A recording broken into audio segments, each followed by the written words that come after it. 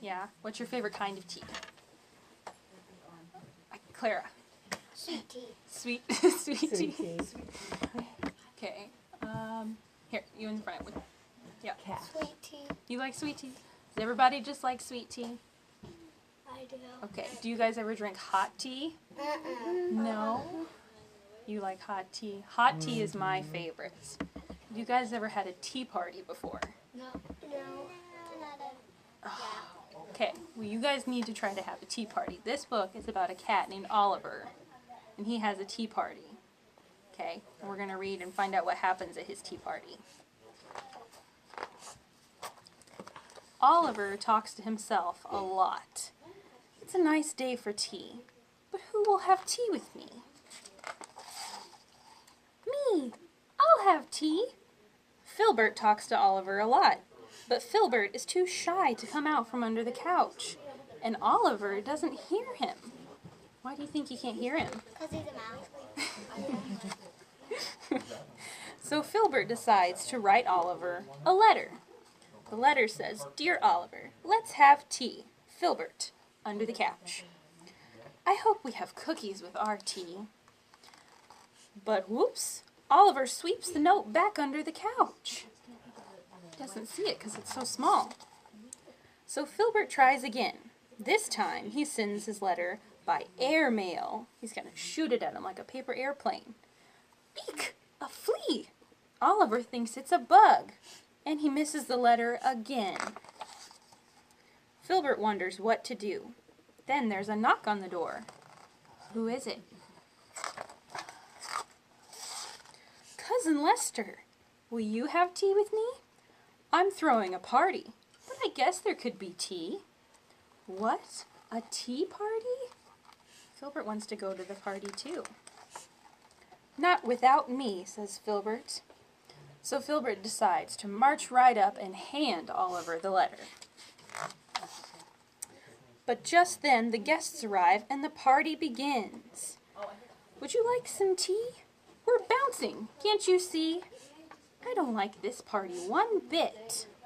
They don't want his tea. They're all having too much fun. Oliver is excited. Someone at the party must want tea. Tea, anybody? Me. I want tea. No, we're dancing, silly. When they're dancing, you see what happens? See, he bumps into him and he's going to drop the teacups. My teacups! The party ends as quickly as it began. Sorry, Oliver. See you later. Would you guys be mad if somebody broke your teacups? I'll never have tea with anyone now. Excuse me. Oliver rolls over and finds a mouse. Hello. Hi, my name's Filbert. It's nice to finally meet you. Filbert hands him the letter. Oh, a tissue. Thank you. He blows his nose in the letter. Hey, that's a letter. Oops. Sorry. Let's see. Dear Oliver, we must have tea. Please?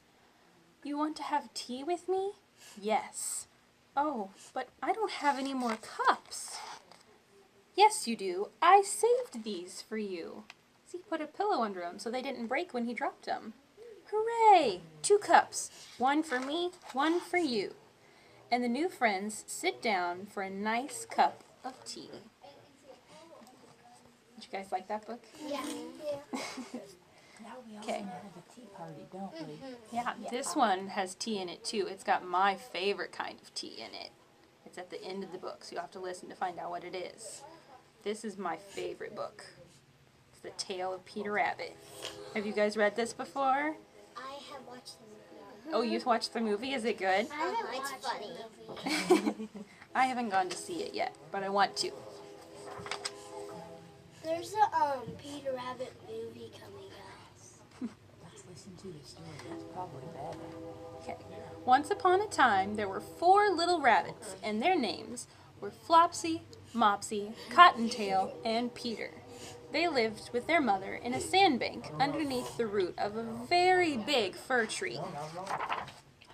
"Now, my dear," said old Miss Rabbit one morning, "you may go into the fields or down the lane, but don't go into Mr. McGregor's garden. Your father had an accident there. He was put in a pie by Mrs. McGregor. Now run along and don't get into mischief. I'm going out." Then old Mrs. Rabbit took a basket and her umbrella and went through the woods to the baker's. She bought a loaf of brown bread and 5 currant buns. Do you guys know what currants are? They're like raisins, but they're worse. They're not very good. Flopsy, Mopsy, and Cottontail, who were good little bunnies, went down the lane to gather blackberries.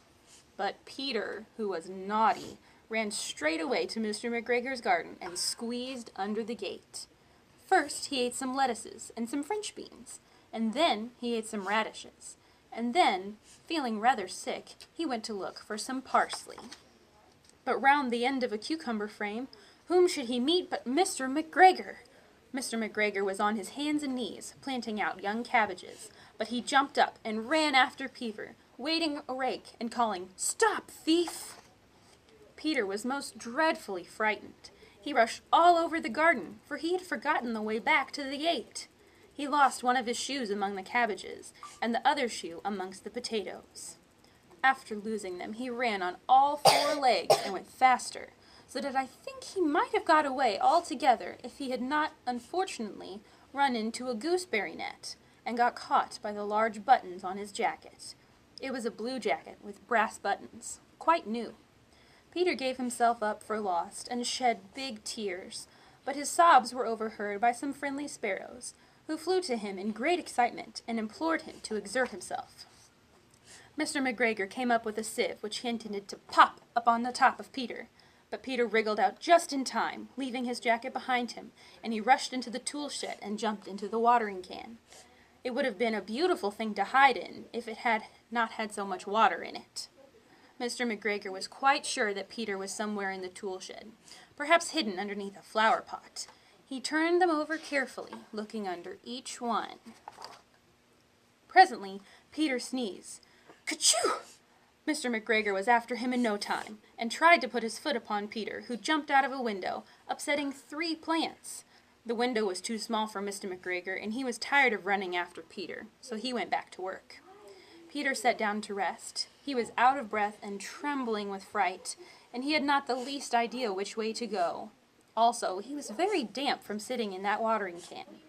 After a time, he began to wonder about going limpity-limpity, not very fast, and looking all around. He found a door in a wall, but it was locked, and there was no room for a fat little rabbit to squeeze underneath. An old mouse was running in and out over the stone doorstep, carrying peas and beans to the family in the woods. Peter asked her the way to the gate, but she had such a large pea in her mouth that she could not answer. She only shook her head at him. Peter began to cry. Then he tried to find his way straight across the garden, but he came more and more puzzled. Presently he came to a pond where Mr. McGregor filled his water cans. A white cat was staring at some goldfish. She sat very, very still, but now and then the tip of her tail twitched as if it were alive. Peter thought it best to go away without speaking to her. He had heard about cats from his little cousin Benjamin Bunny. What do you think the cat did to Benjamin Bunny? What do cats do? What do you think they do, Cash? Trying to scratch it. Yeah, I probably tried to chase him and hurt him. He went backwards toward the tool shed, but suddenly, quite close to him, he heard the noise of a hoe. Scritch, scritch, scritch. Peter scuttled underneath the bushes. Presently, as nothing happened, he came out, and climbed upon a wheelbarrow and peeped over. The first thing he saw was Mr. McGregor hoeing onions. His back was turned towards Peter, and beyond him was the gate. Peter got down very quietly off the wheelbarrow and started running as fast as he could go along a straight walk behind some blackcurrant bushes. Mr. McGregor caught sight of him at the corner, but Peter didn't care. He slipped underneath the gate and was safe at last in the woods outside the garden. Mr. McGregor hung up the little jacket and the shoes for a scarecrow to frighten the blackbirds. Peter never stopped running or looked behind him till he got home to the big fir tree. He was so tired that he flopped upon the nice soft sand of the floor of the rabbit hole and shut his eyes. His mother was busy cooking. She wondered what he had done with his clothes. It was the second little jacket and pair of shoes that Peter had lost in a fortnight. I'm sorry to say that Peter was not well during the evening. His mother put him to bed and made him some chamomile tea, and she gave a dose of it to Peter. 1 tablespoon to be taken at bedtime. But Flopsy, Mopsy, and Cottontail had bread and milk and blackberries for supper. So what do you think the book means? Gordon?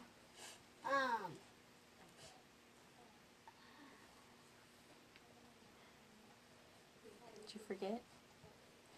Aiden, did you have your hand raised? No? What about you? To listen.